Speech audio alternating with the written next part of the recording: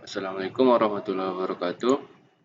Nama saya Ihdi Saputra Ritonga, mahasiswa di SAI Universitas Sumatera Utara.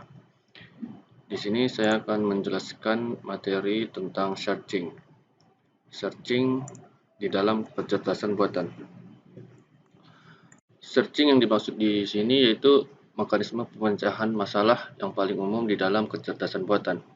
Di dalam permasalahan-permasalahan kecerdasan buatan, urutan langkah-langkah dibutuhkan untuk memperoleh suatu solusi. Ini merupakan suatu isu yang sangat penting untuk diformulasikan dalam pemecahan masalah dalam kecerdasan buatan. Ini dilakukan dengan mengidentifikasi proses try and error secara sistematis pada eksplorasi setiap alternatif jalur yang ada. Kemudian di dalam algoritma searching ini, yang umum digunakan ada dua, yaitu yang pertama uninformed search dan kedua informed search. Kita akan menjelaskan satu persatu mulai dari uninformed search. Uninformed search atau bisa juga dikatakan dengan blind search. Artinya, teknik pencarian ini tidak memiliki informasi tambahan mengenai kondisi dari luar. Algoritma ini melakukan generate dari suksesor dan membedakan goal state dari non-goal state. Membedakan dari awal suatu situasi terkini, tujuan situasi dari non-tujuan situasi. Di dalam uninformed search ada 5 metode yang digunakan, yaitu breadth first search atau disingkat BFS, kemudian uniform cost search, kemudian depth first search, kemudian depth limited search, dan iterative deepening search. Kemudian untuk informed search, di sini ada disebut juga dengan heuristic search, artinya pencarian ini menggunakan knowledge yang spesifik kepada permasalahan yang dihadapi. Yang dimaksud knowledge spesifik yaitu menggunakan data-data yang ada atau data yang diambil dari informasi tertentu. Kemudian metode ini mampu menemukan solusi secara lebih efisien dibandingkan uninformed strategi, dikarenakan metode yang digunakan ini memiliki data yang valid atau memiliki data yang terpercaya atau terjamin dari luar. Pada pencarian ini kita membandingkan nilai PET, kemudian melakukan ekspansi pada PET dengan nilai terkecil. Di dalam informed search, ada terbagi dua metode yang digunakan, yaitu greedy best first search dan A** search. Untuk itu kita akan masuk langsung ke contoh dalam metode pencarian yang digunakan ini.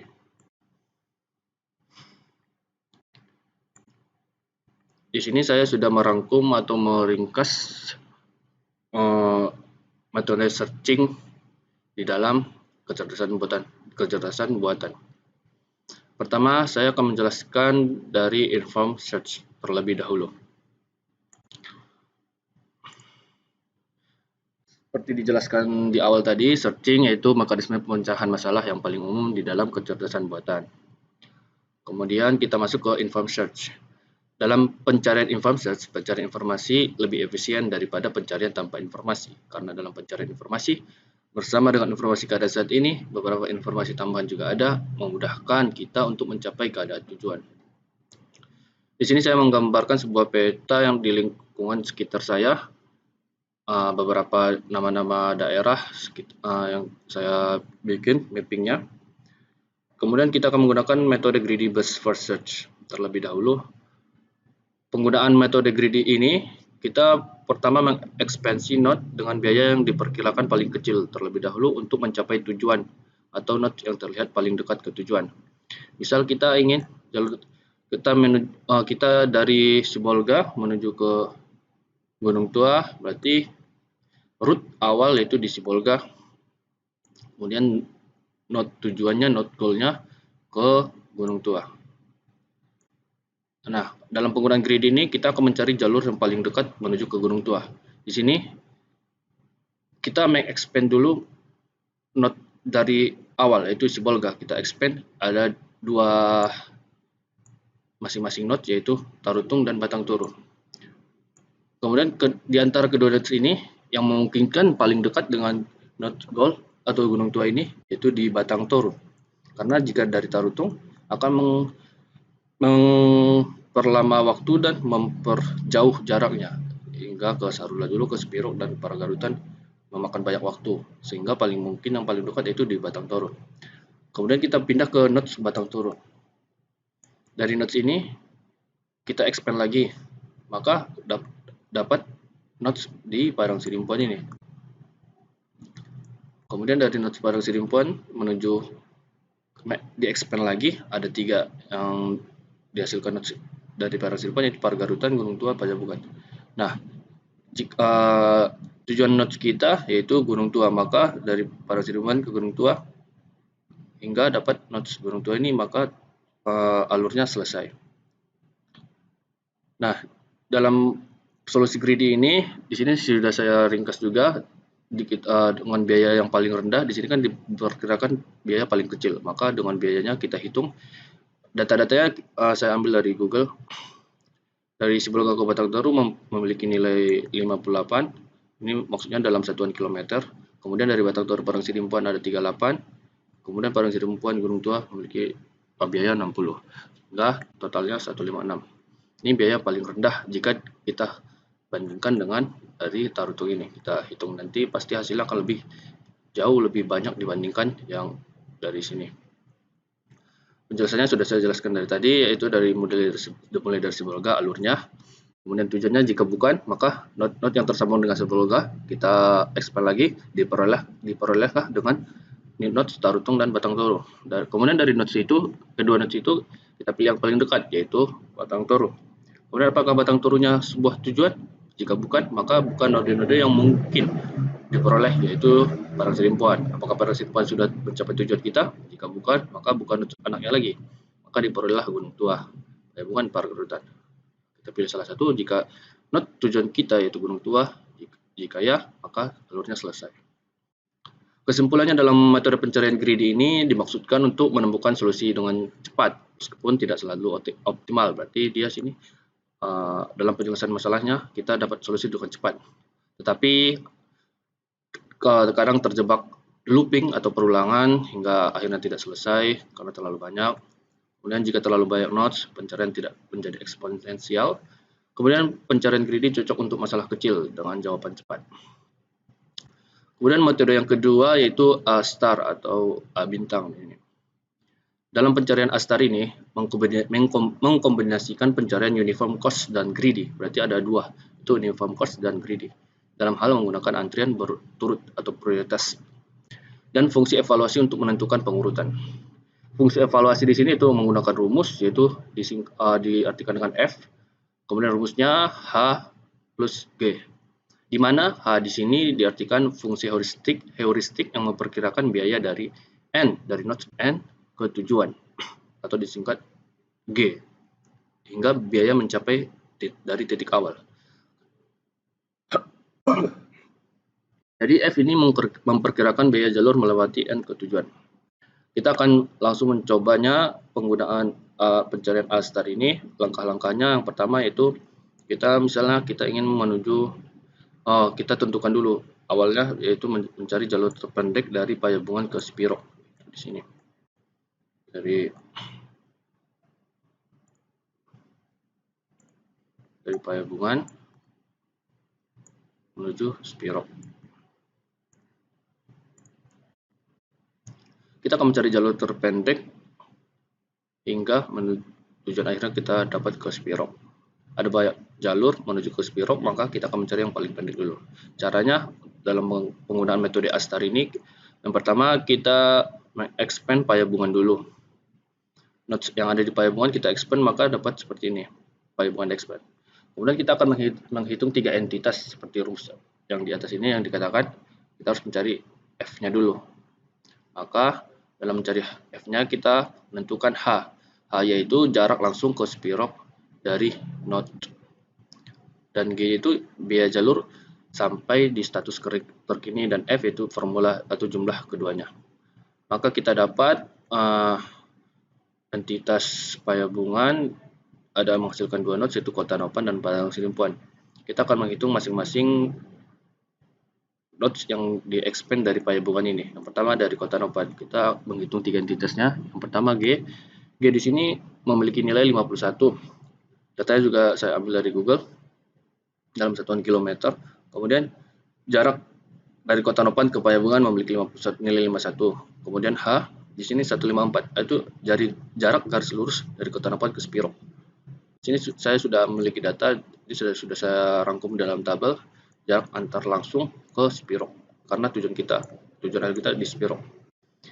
Dari Kota Nopan kita dapat nilai 154, berarti nilai G-nya itu 154. Jika kita jumlahkan, maka dapat nilai F-nya yaitu berjumlah 205.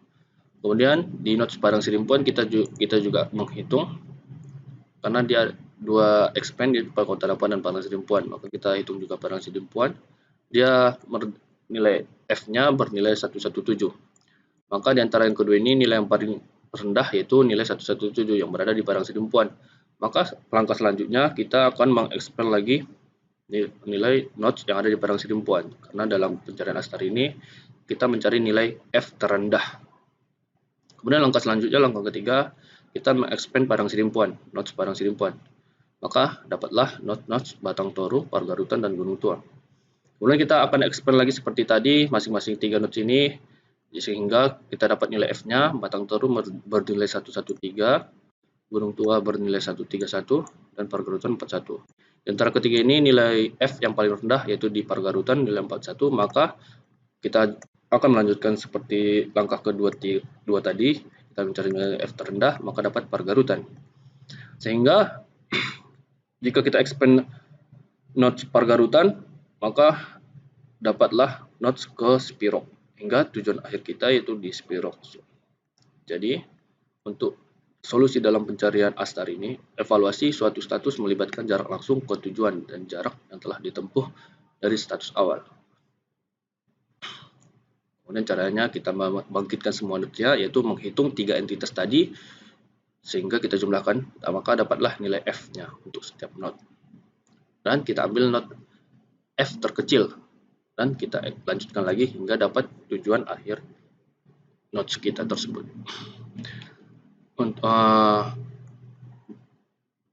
Di antara inform search itu berarti kita sudah selesai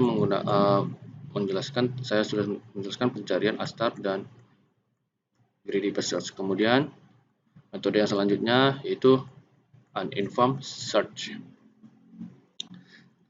Kita ulangi lagi, uninformed search di sini sering juga disebut dengan blind search atau pencarian buta kalau bahasa diartikan. Istilah tersebut menggambarkan bahwa teknik pencarian ini tidak memiliki informasi sama sekali, tidak ada informasi dari luar, tidak ada data-data, jadi tidak dapat membantu dalam pencarian ini. Tidak semudah dengan informed search. Yang dilakukan oleh algoritma ini melakukan generate dari successor dan membedakan goal state dari non-goal state. Pencarian dilakukan berdasarkan pada urutan mana saja node yang hendak di-expand. Yang pertama, metode dalam uninformed search kita akan menjelaskan tentang breadth first search atau yang disingkat BFS. Pencarian dengan breadth first search menggunakan teknik di mana langkah pertamanya adalah root node, yaitu root node itu root asal, yaitu di sini jika kita istilahkan root node-nya itu ada di Sibolga. Kemudian kita expand, setelah itu dilanjutkan hal ini terus dilakukan berulang-ulang hingga leaf node pada level paling bawah yang sudah tidak mempunyai successor lagi atau tidak mempunyai nodes di bawahnya lagi.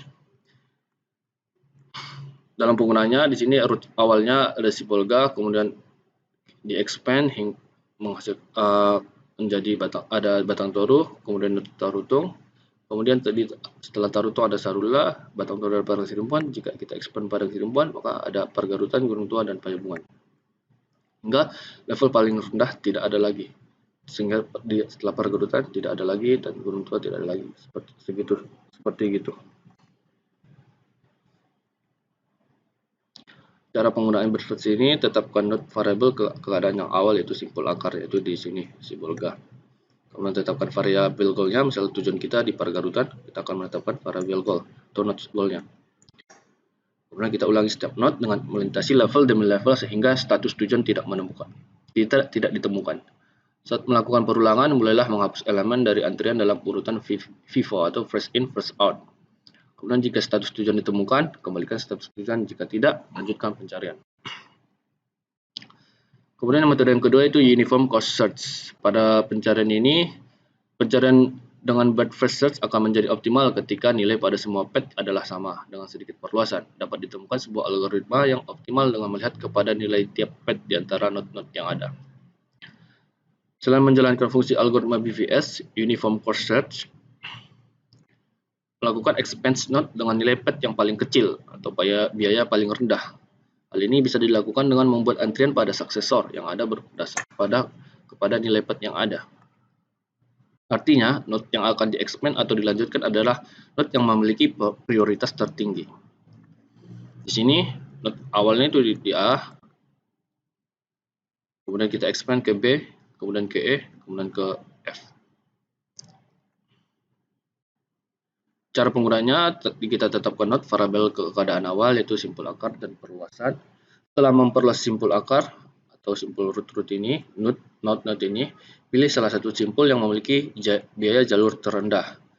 Di sini kita lihat biaya jalur terendah 0. Awalnya 0, kita urut awalnya, kemudian kita expand, ada B dan C. Biayanya yang paling rendah di antara B dan C ini yaitu di B, karena dia bernilai 1. Kemudian B di-expand lagi, dapatlah nodes D dan E. Di antara kedua ini, nilai yang paling rendah yaitu E, karena dia bernilai 3. 3 lebih kecil dibanding 5. Maka kita akan melanjutkan ke E. Setelah E, kita lanjutkan lagi, nodesnya dapatlah F, tujuan akhirnya. Sehingga jika simpul tujuan dicari dengan nilai optimal, kembali status tujuan. Jika tidak, lanjutkan pencarian. Berarti uniform cost ini hampir sama dengan biaya greedy tadi. Kemudian yang ketiga yaitu depth first search. Strategi pencarian ini mengeksplorasi node terdalam terlebih dahulu, kemudian mundur untuk menjelajahi node lainnya. Ini menggunakan urutan LIFO. Berbeda dengan yang tadi FIFO, kemudian yang ini LIFO, yaitu last in, first out, yang didasarkan pada tumpukan untuk memperluas nodes yang tidak diperluas di pohon pencarian. Pencarian ini berlanjut ke tingkat terdalam dari node di mana ia tidak memiliki penerus atau tidak ada lagi node selanjutnya. Pencarian ini memperluas nodes hingga tak terhingga, yaitu kedalaman pohonnya. Kalau jika banyak nodesnya, maka dia lanjut mengexpand juga sehingga tidak terhingga. Pada gambar ini, DFS bekerja mulai dari node awal. Node awalnya yaitu A. Kemudian node root awal ini melintasi satu arah secara mendalam hingga node I di sini. Dan kemudian mundur ke B lagi dan seterusnya. Oleh karena itu urutannya adalah A, B, D, I, E, C, F, G. Caranya, tetapkan node variabel keadaan awal yaitu simpul akar. Tetapkan variabel goalnya yaitu ini G. Loop setiap node dengan melintasi secara mendalam dalam satu arah. Berarti dia dalam satu arah, tidak berlawanan arah. Berarti dia tidak bisa kembali lagi ke awal untuk mencari node tujuan. Saat melakukan perulangan, bolehlah penghapus elemen O dan dari tumpukan dalam urutan LIFO, last in, first out. Jika status tujuan ditemukan, kembalikan status tujuan. Jika tidak, mundur untuk memperluas node ke arah lain. Kemudian metode yang keempat yaitu the limited search.